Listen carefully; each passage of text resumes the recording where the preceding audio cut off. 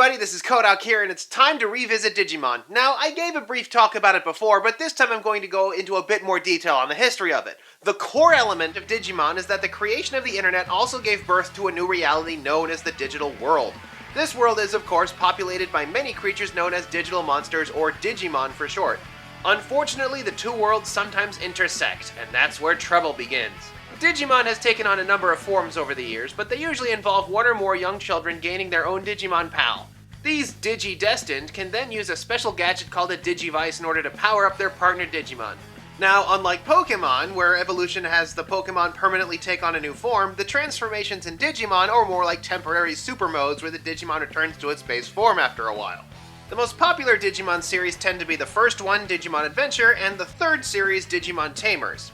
Now, despite the fact that Digimon was technically created first, it was definitely brought to America in order to compete with the incredibly popular Pokemon. It's kind of enjoyed a niche appeal ever since.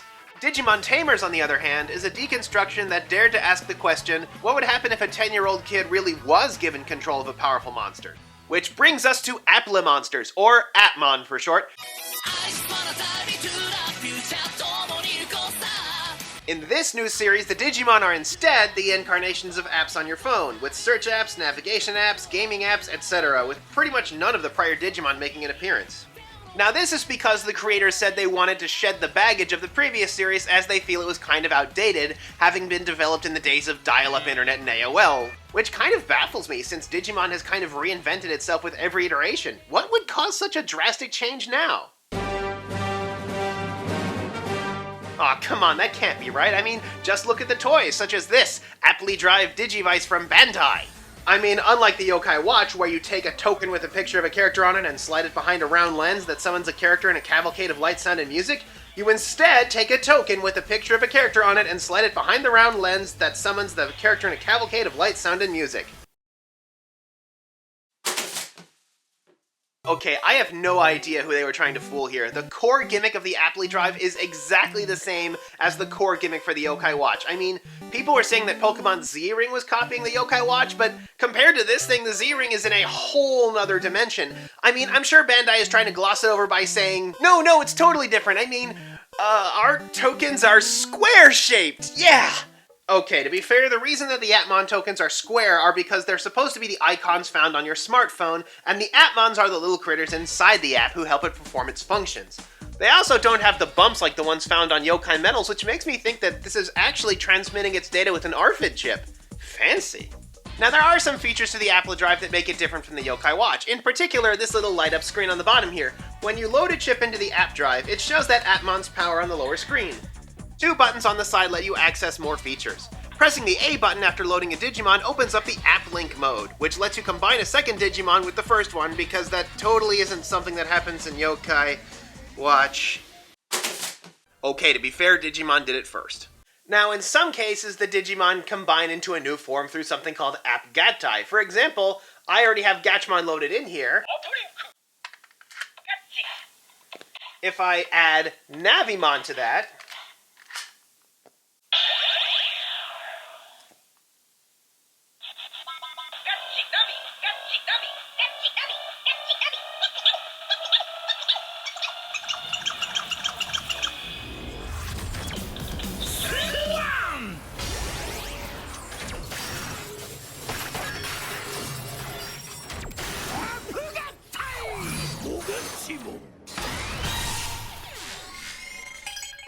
I get Dogachimon, who has a very nice high power of 7500. I can then stack another Digimon on top of that.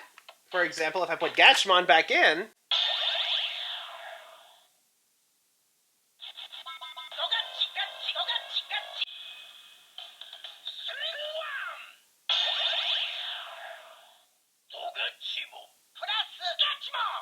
I get Dogachimon plus Gatchmon, which gets me an even higher score of 12,250. You can actually see which of your Appmon summons achieve the highest power by pressing the B button while no Digimon are loaded to activate ranking mode. Ranking!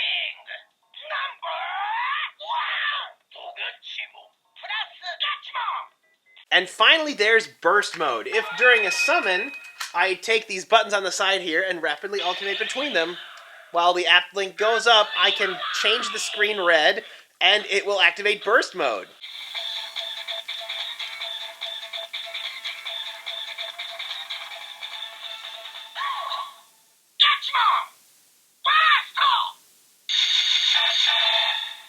in order to get a boosted power. I can also do this while it's fusing. Now here was an interesting discovery. Something they actually didn't mention in the instructions anywhere is that you can actually remove the plate here. So I'm seeing other characters in the show that have different plates on their Digivices, so I imagine this is how that's supposed to happen. It's kind of neat. So I guess the design behind the Appli drive is to make it a bit more interactive than summoning with the Yokai Watch. Although I think the Model Zero and the Dream are supposed to also deal with that, but I'm sure that's where the comparisons to Yokai Watch end, right? Like with the anime, for instance. I mean, rather than having the main character be an unremarkable guy who wants something special to happen to him like Yokai Watch, the protagonist of Appmon is an unremarkable guy who wants something special to happen to him. Oh, come on. I mean, it's not like the thing that changes his destiny comes out of a coin-operated vending machine. Wow. The story... The story is about a goggles-wearing kid named Haru who one day finds his own Appli drive, and then the Appmon Gatchmon finds him. Wait, they're ripping off Buddy Fight too? Oh my god, they totally are. Haru can use his Appli drive to app-realize an Appmon, realize being a classic term for a Digimon entering the real world. Together they... Okay, that's a yokai! That is totally a freaking yokai! Anyway... Together, Haru and Gatchmon work to fight off rogue Appmon that are causing trouble for people in the real world, kind of like another show, I'm certain you know which one by now. But here's where the differences start showing. You see, these rogue Appmon are under the influence of a strange force from the deep web known as Leviathan, which can only be purged if they are defeated in battle. So those are Appmon's two biggest differences from Yokai Watch, an overarching storyline and an emphasis on combat. Yeah, rather than finding a clever counterpoint to a yokai's influence, you can just beat them up! And I don't know if I'm satisfied by that. I mean, one of the big reasons that Yokai Watch became so popular is that it toppled a lot of the conventions of boys anime. It's non-linear, full of irreverent comedy, and violence is almost never the answer.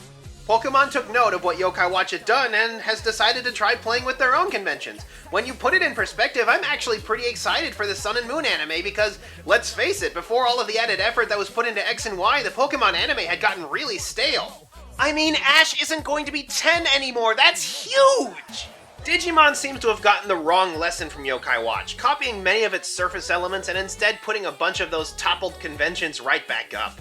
I mean, you get the benefits of additional main characters and recurring villains, but it makes it more like how every boys action anime has been for the past 20 years.